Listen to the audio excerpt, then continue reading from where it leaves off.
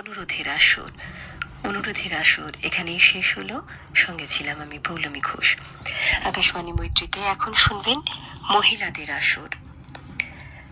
অর্ধেক আকাশ, উপস্থাপনায় সৌমিলি রায়।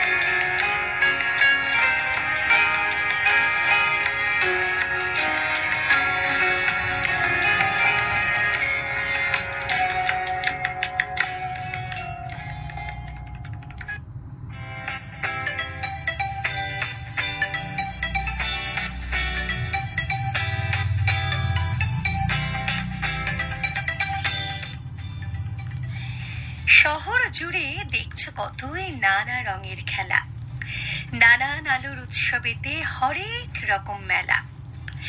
আনন্দে তাই মন মেতেছে, সাজছে শহর গাঁ। আবার যদি রাখি আমরা শৈশবেতে পা, দেখবো ছেলেবেলার সেই কত রকম স্মৃতি। ছোট্টবেলার পুতুল খেলার বাবার হাতে রেখে ছোট্ট হাত, দেখতে যেতাম জাদুর খেলা, লাঠির বাজি মাত। টুপি থেকে উড়ে যেত পায়রা বকম বকম, লাঠির ছোঁয়ায় রুমাল চাদর হতো নানান রকম। ছোট্ট দুটো চোখে তখন লেগে যেত তাক, ছোট থেকে বড় সবাই জাদুতে অবাক।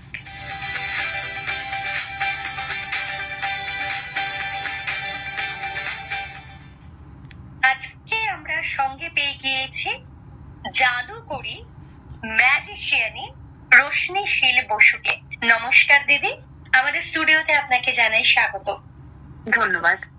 আজকে কিন্তু ভীষণ ইন্টারেস্টিং একটা বিষয়, এবং এই বিষয়টা নিয়ে ছোট থেকে বড় সকলের মধ্যে নানান ধরনের ধারণা রয়েছে, প্রচুর পরিমাণে আগ্রহ, কৌতূহল, সবাই কিন্তু খুব উৎসাহী থাকে। তাই আজকে আপনার সঙ্গে যতটা সময় আমরা পাবো, সেই সীমিত সময় কিন্তু বেশ জমিয়ে একটা আড্ডা দেবো, গল্প করবো। আর তার জন্যই আজকে আমি আছি সঙ্গে সৌমিলি। তো প্রথমে জানতে চাইবো যে এই যে জাদুবিদ্যা, এই যে ম্যাজিশিয়ানি হয়ে ওঠার গল্পটা, মানে প্রথমেই জিজ্ঞাসা করব যে কিভাবে জাদুবিদ্যাতে বা ম্যাজিকের প্রতি আগ্রহটা কিভাবে এলো? আমার বাবা ম্যাজিশিয়ান প্রিন্স শীল, সুতরাং ছোটবেলা থেকে আমি ম্যাজিকের সাথেই যুক্ত। আমি জন্মে থেকেই ম্যাজিক দেখছি। আমার বাবা সবসময়, আমার বাবা চাকরি করতেন, কিন্তু বাকি সমস্ত সময়টাই উনি ম্যাজিককে দিতেন। সুতরাং বাড়িতে যেটুকু সময় উনি থাকতেন, উনি মানে ম্যাজিক নিয়েই থাকতেন, ম্যাজিক করতেন, ম্যাজিক প্র্যাকটিস করতেন। সাথে আমার মাও হেল্প করতো ওনাকে। তো আমি ছোটবেলা থেকে সবসময় ম্যাজিক দেখেই অভ্যস্ত। সুতরাং আমি, আমার এনভায়রনমেন্টটা পুরোপুরি ম্যাজিকেরই ছিল। ওই থেকে আমার ইন্টারেস্ট তৈরি হয়। এবং ছোটবেলায় যা হয় যে ম্যাজিকের যে জগৎ, সেটা সবসময় একটু একটা ফেয়ারি টেল ল্যান্ড টাইপের। তো আমি দেখতাম যে হঠাৎ করে জিনিস ভ্যানিশ হয়ে যাচ্ছে, হঠাৎ করে জিনিস চলে আসছে, এবং জমকালো যে জিনিসপত্র, যে ম্যাজিকের যে সরঞ্জাম, সেগুলো আমাকে চিরকাল খুব অ্যাট্রাক্ট করতো। তো সেইভাবেই আমার মানে অন্যই হয়েছে ম্যাজিকের মধ্যে। তারপরে আস্তে আস্তে আমার ইন্টারেস্ট তো অবভিয়াসলি, আমি বাবাকে সবসময় ম্যাজিক করতেই দেখতাম। বাবা যখন স্টেজে পারফর্ম করতো, তখন ওটা আমার কাছে একটা মানে অদ্ভুত একটা ভালো লাগার জায়গা তৈরি হতো। একদম একটা রূপকথার জগৎ, যেখানে সমস্ত কিছুই একদম রূপকথার মতোই হতো। তো আমারও স্টেজে একটা যাওয়ার একটা প্রবণতা থাকতো। আমার ইচ্ছে করতো দৌড়ে আমি স্টেজে চলে যাই। তখন আমি খুবই ছোট, তো তখন আমাকে ছোটখাটো কিছু জিনিস হাতে দিয়ে আমাকে স্টেজের মধ্যে ঢুকতে দেওয়া হতো। কারণ যখন আমাকে আটকে রাখা যেত না, কারণ আমি খুব গন্ডগোল করতাম আর কি স্টেজে যাওয়ার জন্য। তো আস্তে আস্তে আমার বাবা দেখেন যে আমার স্টেজের প্রতি একটা অ্যাট্রাকশন, একটা টান, এবং সেটা থেকে আস্তে আস্তে উনি আমাকে ম্যাজিক শেখাতে আরম্ভ করেন। এবং 4 বছর বয়স থেকে আমি ম্যাজিক করছি। 4 বছর বয়স থেকে ম্যাজিক করছেন, মানে হচ্ছে আপনি আপনার বাবার সঙ্গে মঞ্চে উঠে বাবাকে সাহায্য করতেন বা ম্যাজিকে আপনি বাবার সঙ্গেই তো থাকতেন সেই সময়টা। 4 বছর বয়স মানে তো অত্যন্ত ছোট। কিন্তু সহযোগিতা করতে উঠতাম না, আমি পারফর্ম করতে উঠতাম। সেই জায়গাটা বাবা বুঝতে পেরে, আমি হয়তো অতটা কিছু বুঝতে পারতাম না, যে আমি পরে যে জায়গাটা বুঝেছি যে জাদু পুরো সমাজকে একটা অন্য জায়গায় নিয়ে চলে যায়, তখন আমার নিজের খুব ভালো লাগতো যে আমার হাত থেকে জিনিস গায়েব হয়ে যাচ্ছে, আমার হাতের মধ্যে জিনিস এসে যাচ্ছে, এবং দারুণ দারুণ সুন্দর সুন্দর জিনিস, লজেন্স, টফি। তো এইগুলো আমাকে তখন অ্যাট্রাক্ট করতো, এবং সেই জন্যই আমার তখন ইচ্ছে হতো যে আমিও দেখাবো। এবং এই যে সবাই মিলে হাততালি দিচ্ছে, সবাই অবাক হচ্ছে, এই জায়গাটা ছোটবেলা থেকে আমার ভীষণ ভালো লাগতো। কারণ হাততালি পাওয়াটা এটা কিন্তু একটা আশীর্বাদ, এবং এটার মধ্যে একটা আলাদা মাদকতা আছে। তো এইভাবে দাঁড়িয়ে তো কেউ সবাইকে চট করে হাততালি দেয় না। তো দাঁড়িয়ে এতগুলো লোক হাততালি দিচ্ছে, এতগুলো লোক অবাক হচ্ছে, আনন্দ পাচ্ছে, এই জায়গাটা কিন্তু ছোটবেলা থেকে আমি বুঝতাম, এবং সেই জায়গাটা থেকেই আমার ম্যাজিকে আসা। আমি কিন্তু পারফর্ম করতাম। এই যে এত ছোট বয়সে আপনি পারফর্ম করতেন, মানে 4 বছর বয়সে পারফর্ম করতেন, তো ছোটবেলার সেই যে সুন্দর স্মৃতি এবং বাবার সঙ্গে জড়ানো স্মৃতি, কোথাও কি কখনো মনে হয়েছিল যে ভয় পাবো, এরকম কি কোনো সেই সময় ভাবনা এসেছিল? না, সেই সময় আমি এত কিছু বুঝতাম না আসলে। যে স্টেজ ভীতি বা যে জিনিসটা আমাদের যেটা বড় হওয়ার সাথে সাথে হয়, আসলে ফিলিংসটাই আমার তখন ছিল না। আমি তো বাবাকে দেখেই চিরকাল দেখেছি যে এটাই নর্মাল, যে এইভাবে পারফর্ম করা, স্টেজে ওঠা, এটা আমার কাছে ভীষণ নর্মাল ব্যাপার ছিল। এটা আমার কাছে আলাদা করে কোনোদিন কিছু মনে হয়নি। আর যার জন্য স্টেজে ওঠার যে ভীতিটা, সেটা আমার কোনোদিন ছিল না, কারণ আমি তো ছোটবেলা থেকে ওটাই দেখে বড় হয়েছি। মানে পরিবেশটাই আপনার ছিল একেবারে একদম ম্যাজিকের পরিবেশ। এই ম্যাজিকটা তো ছোটরা ভীষণ পছন্দ করেন, তার পাশাপাশি বড়রাও খুব করেন। তো একদম ছোট বয়সের কথা বলবো, মানে ধরুন বাবা যেহেতু বাইরের শো করছেন, অনেক দর্শকদেরকে ম্যাজিক দেখাচ্ছেন, এবং বাচ্চাদের কাছে একটা মানে ভীষণ একটা আগ্রহ বা জিজ্ঞাসার বিষয় যে এটা কেন হলো বা এটা কিভাবে সম্ভব হলো, এরকম নানান প্রশ্ন যখন আপনি পারফর্ম করা শুরু করেননি, মানে আরো মানে আরেকটু ছোট হতে পারে 3, 3.5 বা 2.5, মানে যখন আমাদের একটু বুঝতে হয়, সেইগুলো কি মনের মধ্যে সেই নানান প্রশ্ন কৌতূহলকে উকি দিত? হ্যাঁ, নিশ্চয়ই। তখন আমার এটাই মনে হতো যে এগুলো কি করে হচ্ছে। আমার বাবা নানান রকম ম্যাজিক আমাকে দেখাতেন উনি যখন প্র্যাকটিস করতেন, এবং আমি কিন্তু কোনোদিন বাবাকে জিজ্ঞেস করিনি যে কি করে হলো, কারণ আমার ওইটাই একটা বিশাল ভালো লাগতো যে আরে এটা হচ্ছে, এটা হতে পারে, এটা কি আমিও করতে পারি, এইরকম একটা আমার ভেতরে কাজ করতো যে যদি আমিও করতে পারি, তাই জন্য আমিও বায়না করতাম যে আমিও করব, আমি নিজের হাতে করব।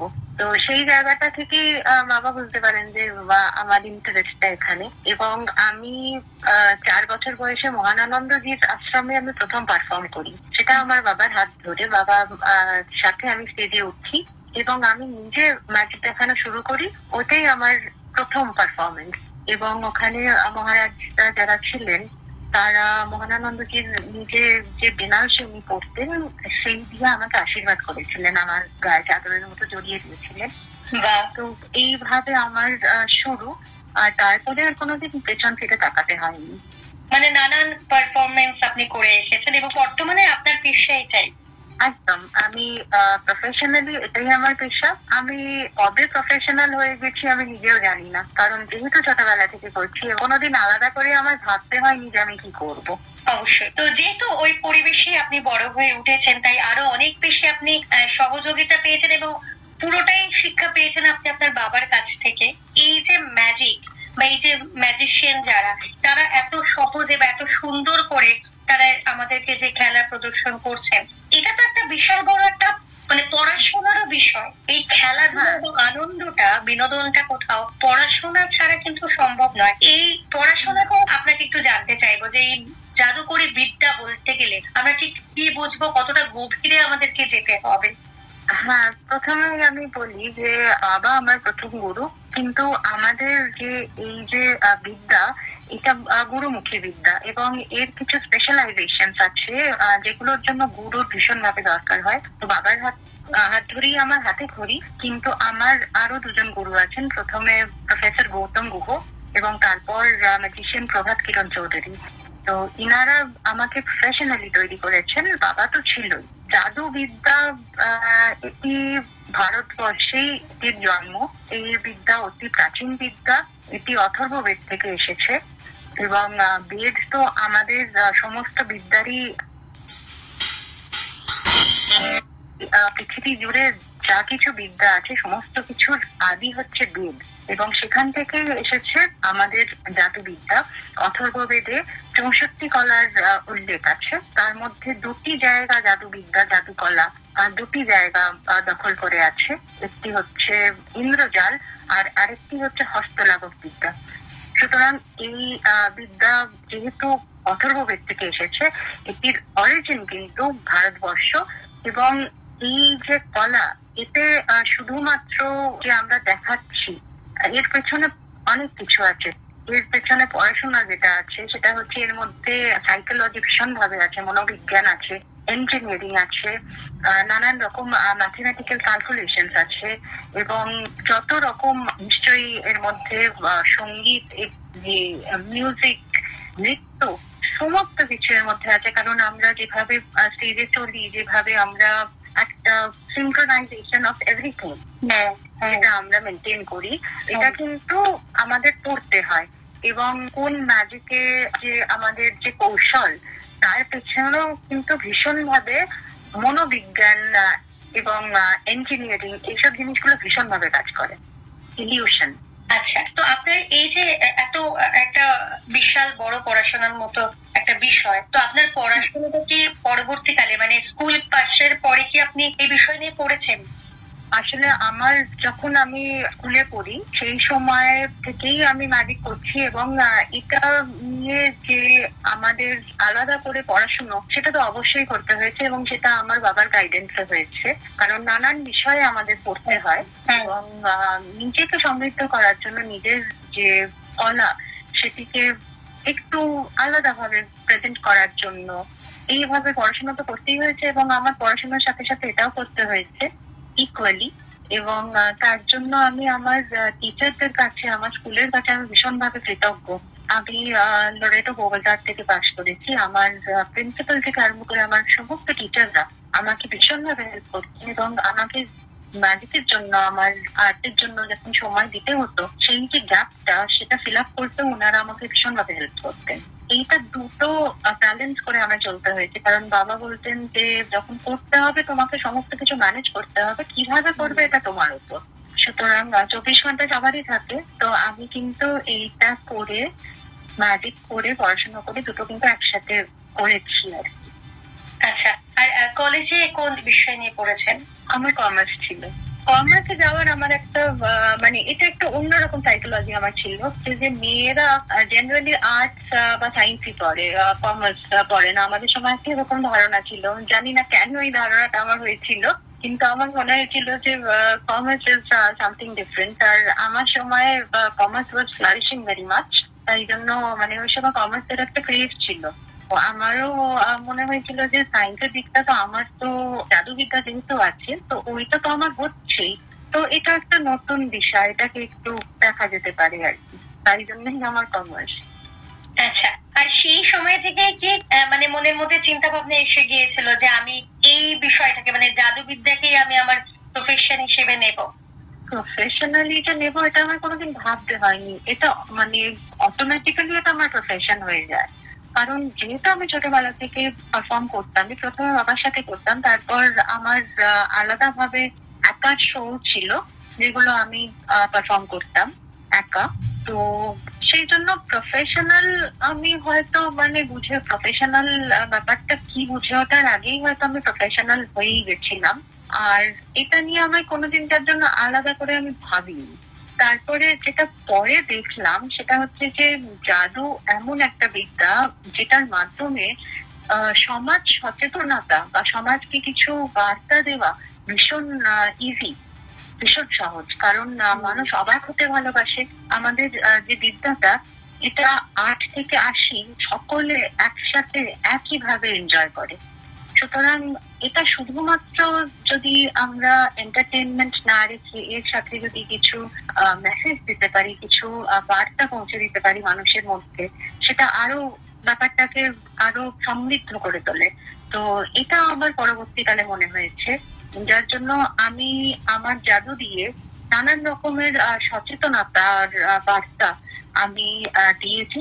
এবং তার মধ্যে যেটা পরিবেশ সচেতনতা এবং নানান রকমের এরকম প্রোডাক্ট লঞ্চিং প্রচুর ভাবে, এগুলো আমরা করেছি জাদু দিয়ে। তো জাদু শুধুমাত্র যে লোককে আনন্দ দেয় না, এর সাথে সাথে কিছু মেসেজেস বা বার্তা বা সমাজকে উৎসাহিত করা বা কোনো কিছু আলোর দিকে নিয়ে যাওয়া, এইটাও কিন্তু জাদুর মাধ্যমে করা যায়। এটাই আমি চিরকাল করতে চেয়েছি, আমার মনে হয়েছে এটা। আমরা সারা ভারতবর্ষ পারফর্ম করেছি, যার মধ্যে উল্লেখযোগ্য যেগুলো ভীষণভাবে সাকসেসফুল হয়েছিল সেগুলো হচ্ছে দিল্লি, কালিকট, আমরা ব্যাঙ্গালোর, এরকম নানান জায়গায়, অ্যাসাম, এরকম প্রচুর জায়গায় আমরা পারফর্ম করেছি এবং খুব সাকসেসফুলি পারফর্ম করেছি। সুরাটে, গুজরাট। আচ্ছা, তো এই যে ভারতবর্ষের নানান জায়গায় আপনি আপনার এই শো চলে, আপনি যান সেখানে, মানুষের প্রতি বর্তমান সময় বলছি, ম্যাজিকের প্রতি আমাদের সবসময় ভীষণ আগ্রহ, ভীষণই ভালোবাসা থাকে, কাজ করে। আপনার কাছ থেকে জিজ্ঞেস করবো, যেহেতু আপনি প্রত্যক্ষভাবে সেটাকে দেখছেন, সাধারণ মানুষের প্রতি এই ম্যাজিক নিয়ে কতটা আগ্রহ দেখছেন, সেটা পড়াশোনার ক্ষেত্রে হোক বা এই শোটাকে আরো অনেক বেশি জনপ্রিয় করে তোলবার জন্য হোক? জাদু এমন একটা জিনিস, যেটা আমি আগেও বললাম, যে আমরা যেটা বলি যে এটা 8 থেকে 80 প্রত্যেককে অ্যাট্রাক্ট করে সমান ভাবে। কারণ যেটা আমি দেখেছি যে ছোটদের থেকে না বড়রা আরো বেশি এটাতে অ্যাট্রাক্টেড, এবং বড়রা আরো বেশি এনজয় এটা করেন। তার একটা সাইকোলজিক্যাল কারণ আমি বলছি, সেটা হচ্ছে যে আমাদের দৈনন্দিন জীবনে তো নানান চিন্তা ভাবনা, নানান রকম ভাবে আমরা চারিদিকে ব্যস্ত, একটা রিলিফ আমরা সবসময় খুঁজি। এবং এই যে যখন আমরা জাদু দেখি, তখন আমরা সমস্ত কিছু ভুলে আমাদের সেই ছেলেবেলায় ফিরে যাই, আবার সেই ছোট্টবেলার অবাক হওয়ার যে আনন্দ, সেটা তো বড় হয়ে আমরা ভুলে যাই। তো আমরা জাদুকরেরা যেটা করি, সেটা হচ্ছে সেই ছোটবেলাটাকে আবার ফিরিয়ে দিই। যার জন্য what is this world so full of stare, we have no time to stand and stare. তো এই যে কথাটা, যে আমাদের অবাক হওয়ার সময় নেই, অবাক হওয়ার যে আনন্দ, সেটা আমরা বড় হয়ে ভুলে যাই। তো জাদুবিদ্যা আমাদের সেই অবাক হওয়ার আনন্দটা আবার ফিরিয়ে দেয়। যার জন্য এটাই যে আনন্দ, এই অবাক হওয়াতে যে কি করে হলো, এইটাই যে আনন্দ, এইটা জাদুবিদ্যা বোধহয় সব থেকে বেশি দেয়, যার জন্য লোকে এটার প্রতি এতটা অ্যাট্রাক্টেড। একদমই তাই। আর এই যে পড়াশোনার কথা বললেন বা এই বিষয়টাকে পেশা হিসেবে নেবার মধ্যে মেয়েদের মধ্যে আগ্রহ বর্তমান সময়ে কতটা দেখা যাচ্ছে বলে আপনি মনে করছেন? বর্তমান সময় মেয়েদের এখন সত্যি কথা বলতে বর্তমান সময় তো ছেলে মেয়ে এইভাবে আলাদা করে আর সেই জায়গাটা আর মনে হয় নেই। এমন কিছু কাজ করতে পারে না মহিলারা এখন, এটা আর বলা যায় না। সুতরাং আমার জাদুবিদ্যাও এর এক্সেপশন নয়। এখানেও প্রচুর মেয়েরা আসছেন এবং তারা পারফর্ম করছেন প্রফেশনালি। দেখুন কতজন পারফর্ম করছেন, মেয়ে বলুন কি পুরুষ বলুন। এখানে প্রফেশনাল জায়গাটা অতটা আছে কি নেই আমি ঠিক জানি না, কিন্তু আসছেন না যে তা নয়। এই যে আপনি বললেন ম্যাজিশিয়ান, যে ম্যাজিক বিষয়টা, সেটা শুধুমাত্র এন্টারটেনমেন্ট বা বিনোদন নয়, তার মধ্যে দিয়ে সমাজকে সচেতন করতে চান। আপনি সমাজের উদ্দেশ্যে কিছু বলুন সচেতন করবার জন্য, যেটা ম্যাজিকের মধ্যে দিয়ে বা ম্যাজিকটাকে শুধুমাত্র বিনোদনের মধ্যে সেটাকে সীমাবদ্ধ না করে, সেটাকে আর কিভাবে সচেতন হতে পারে মানুষ? দেখুন, সব থেকে বড় কথা হচ্ছে যে যেটা আমরা সবসময় মনে করি যে আমাদের নিজেদের ভেতর একটা পাওয়ার আছে, সেটাই কিন্তু ম্যাজিক, সেটাই জাদু। তো এই যে নিজের পাওয়ার, এটাকে আমরা যদি অন্য কারোর ভালো করার কাজে লাগাতে পারি, বা আমার 10 জনের ভালো করতে হবে না, আমি যদি আমার পাশের লোকটার জন্য ভাবি এবং আমি যদি মনে করি যে আমার সেই পাওয়ারটা আছে কারোর জীবনে আনন্দ ফিরিয়ে দেওয়ার বা কারোর জীবনকে একটু ভালো করে দেওয়ার, তো সেই যে ম্যাজিক, কাউকে ভালো রাখার ম্যাজিক, কারোর মুখে হাসি ছড়িয়ে দেওয়ার ম্যাজিক, এটা কিন্তু আমরা প্রত্যেকে ট্রাই করতে পারি এবং প্রত্যেকে চাইলেই করতে পারি। তো আমার এটাই বার্তা যে সবার ভেতরে যে শক্তি, যে জাদু আছে, সেটাকে সবাই রিয়েলাইজ করুক এবং সেই ম্যাজিকটা ছড়িয়ে দিক চারিদিকে, যাতে আমার পাশের লোকটাও আমার সাথে সাথে ভালো থাকে। জানতে চাইবো যে আপনার বাড়িতে কারা আছে এবং একজন মেয়ে হয়ে সমস্ত কিছু, সংসার, সন্তান সবকিছু সামলে কিভাবে আপনি ব্যালেন্স করে চলছেন? অ্যাকচুয়ালি এটা আমার কাছে খুবই সহজ হয়ে গেছে, কারণ আমার পরিবারের প্রত্যেকেই ম্যাজিকের সাথে যুক্ত। পরিবারের সকলেই, মানে আমার বাপের বাড়ির সকলেই আর কি, শুধু বাপের বাড়ি বলি কেন, আমার হাজবেন্ড আমার বড় ম্যাজিশিয়ান। তার আগে বলি যে ছোটবেলায় বাবা তো ছিলেনই, বাবার সাথে মা সবসময় থাকতেন, বাবার মেন অ্যাসিস্ট্যান্ট হিসেবে মা সবসময় স্টেজে থাকতেন। সুতরাং সেই জায়গাটা তো হলোই। পরে আমার ম্যাজিক তো অনেক কিছুই দিয়েছে এবং আমার হাজবেন্ডকেও কিন্তু ম্যাজিকই দিয়েছে। আমার হাজবেন্ড তো ম্যাজিশিয়ান সুস্মিত বাসু, এবং পরবর্তীকালে আমার যখন ছেলে হয়, ছেলেও ম্যাজিকে আসে। আমার বাবা ওর হাত ধরে, ওর হাতে করে করিয়েছে ম্যাজিকে। আমার বাবা নেই, 2020-তে উনি চলে গেছেন, কিন্তু আমরা কিন্তু সমগ্র পরিবার একসাথে মিলে আমরা ম্যাজিক করি। আমরা প্রিন্সশীল হাউস অফ ম্যাজিক হিসেবে আমরা কাজ করি। ছেলে ম্যাজিক করে। ছেলের একটা স্পেশালিটি হচ্ছে যে ও সিনথেসাইজার বাজায়। ও যেটা করে, ও হচ্ছে ম্যাজিকের সাথে মিউজিকটাকে ও ফিউশন করে, এবং ও বোধহয় এরকম একমাত্র পারফর্মার তৈরি হচ্ছে যে নিজের মিউজিক বাজায় এবং নিজের মিউজিকে ও পারফর্ম করে। বাহ, অসাধারণ। তার মানে আপনারা এমন শো তো হয় যেখানে আপনি, আপনার হাজবেন্ড, আপনার সন্তান তিনজনেই প্রেজেন্ট থাকেন? একদম। আমি, আমার হাজবেন্ড ম্যাজিশিয়ান সুস্মিত বাসু, আমার ছেলে ম্যাজিশিয়ান ব্রজরাজ, তো ওরা সবাই থাকে একসাথে, আমরা পারফর্ম করি। দারুণ দারুণ। আর মাও কি ম্যাজিশিয়ান? মা ম্যাজিশিয়ান। মাকে তো ম্যাজিশিয়ান বলতেই হবে, কারণ ম্যাজিক পারফর্ম করে না, কিন্তু মা বাপির মেন অ্যাসিস্ট্যান্ট ছিলেন। বাপিকে স্টেজে সবসময় সাহায্য করতেন, এবং আমাদেরও এখন যে শোটা, সেটা পুরোপুরি ম্যানেজমেন্টটা আমার মায়ের হাতে। মা ব্যাক স্টেজ, অন স্টেজ যে কাজগুলো দরকার সহকারী হিসেবে, সেগুলো পুরোটাই মা করেন। দারুণ। তার মানে একেবারে ম্যাজিশিয়ান পরিবার আজকে আমাদের সঙ্গে। মানে ম্যাজিশিয়ান পরিবারকে তো আমরা সঙ্গে পাইনি, আমরা পেয়েছি সেখানে সেই পরিবারের কন্যা বলবো, বাপের বাড়ির দিক থেকে, শ্বশুর বাড়ির দিক থেকে বধূ বলবো। তো খুব ভালো লাগলো আজকে আপনার সঙ্গে কথা বলে। আপনার এই যে পরিবারও যেহেতু এই একই প্রফেশনের সঙ্গে যুক্ত, তাই কোথাও খুব সুন্দরভাবে ব্যালেন্স বা সহযোগিতার সমস্ত কিছুই আপনার সেক্ষেত্রে একেবারে পুরোপুরি আপনি সেই সাপোর্টটা পাচ্ছেন। একদম একদম। এটা আলাদা করে আমাকে কোনোদিন ভাবতে হয়নি, কারণ এটা যেহেতু পরিবারের প্রত্যেকেই আমরা এই এনভায়রনমেন্টেই তৈরি, এইভাবেই আমাদের সমস্ত কিছু কাজ হয়েছে, এবং আমাদের সবকিছু আগে ম্যাজিক, তারপরে সমস্ত কিছু। সুতরাং যখন আমাদের প্র্যাকটিস হতো বা যখন আমাদের রিহার্সাল হতো, তখন কিন্তু খাওয়া দাওয়া সমস্ত কিছু কিন্তু একদিকে, আগে এইগুলো, তারপর বাবা হতো যে আচ্ছা এবার খেতে হবে, তো তাহলে এবার দেখা যাক, এবার সবাই মিলে মায়ের সাথে আমি। এবং আরেকটা কথা এখানে ভীষণ ভাবে বলা দরকার, যে আমার শ্বশুর শাশুড়িও ভীষণ ভাবে এটাই আমাকে সহযোগিতা করেছেন, কারণ ওনাদের সাপোর্ট ছাড়া বিয়ের পরে এটা আমার পক্ষে সম্ভব ছিল না। সুতরাং ওনারা ভীষণ ভাবে সাপোর্ট করেছেন, আর ওনারা সব সময় বলেছেন যে এগিয়ে যাও, কোনো চিন্তা নেই, আমরা। একদমই তাই। এই যে কথাটা আমরা প্রত্যেকটা মেয়েরাই কিন্তু শুনতে চাই, যে পরিবার যদি পাশে থাকে এবং বলে যে এগিয়ে যাও, এই এগিয়ে যেতে যদি সাহায্য করে, তাতে সমাজের কে কি বললো বা কে কি ভাবলো কিছুই এসে যায় না। একদম প্রত্যেকটা মেয়ের পাশে কিন্তু ঠিক এইভাবেই পরিবারকে দাঁড়ানো প্রয়োজন, পরিবারের সহযোগিতা সেই মেয়ের কিন্তু পাওয়া প্রয়োজন। আপনার সঙ্গে কথা বলে আজকে এই সীমিত সময়ের মধ্যে, মানে সত্যি যদি আমরা যদি দেখাতে পারতাম, আমরা যদি একটু দেখতে পারতাম, তাহলে তো আরো অনেক বেশি ভালো লাগতো, কারণ এটা ভীষণ ভীষণ একটা আগ্রহের একটা বিষয়। খুব ভালো। এরপরে যদি সামনে আরো কোনো সুযোগ থাকে, আমি চেষ্টা করবো যদি কোনো রেডিও ম্যাজিক হতে পারে, সেটাও আপনাদের জন্য যদি আমি রেডি করতে পারি। দারুণ দারুণ। এটাই তো, এই যে এটা আপনি বললেন, এটাই আমার কাছে পরম পাওয়া। আন্তরিক ধন্যবাদ জানাই আপনাকে আমাদের সঙ্গে থাকার জন্য। আমারও ভীষণ ভালো লাগলো, ধন্যবাদ।